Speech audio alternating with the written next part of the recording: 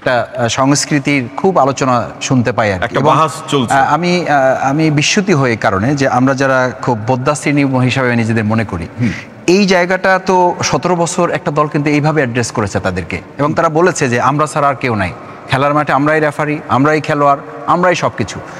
এই একই কথা যদি আমরা এখন এসে বলি, এটা তো আসলে পাবলিক প্রপার্টি, তারা ঠিক করবে। দেখেন, 17 বছরে বাংলাদেশ জামাত ইসলামীর নেতৃবৃন্দকে ফাঁসি দেওয়া হয়েছে, জামাত ইসলামীকে নিবন্ধন বাতিল করা হয়েছে, জামাত ইসলামীর প্রতীক নিষিদ্ধ করা হয়েছে, জামাত ইসলামীকে এখনও শেখ হাসিনা কল রেকর্ড পাঠায় যে জামাতের কারণে আমাদের পতন হয়েছে, কল রেকর্ড পাঠায় স্বরাষ্ট্রমন্ত্রী আসাদুজ্জামান কামাল যে জামাতকে আমরা আবার যদি সুযোগ পাই তাহলে দেখে নেব। এই সমস্ত বিষয় যদি সামনে রাখা যায়, ভয় পান না? আমরা ভয় পাই না। আমরা বলছি যে পাবলিক যে সমস্ত সম্মানিত নাগরিক আছেন তারা অবশ্যই 53 বছর স্বাধীনতার পরে আমরা যারা দেশ পরিচালনায় ভূমিকা রেখেছি, সুতরাং নতুন করে তারা যে একটা সুযোগ খুঁজবেন, নতুন করে একটা জায়গা খুঁজবেন, তাতে কোনো সন্দেহ নাই বলে আমি মনে করি।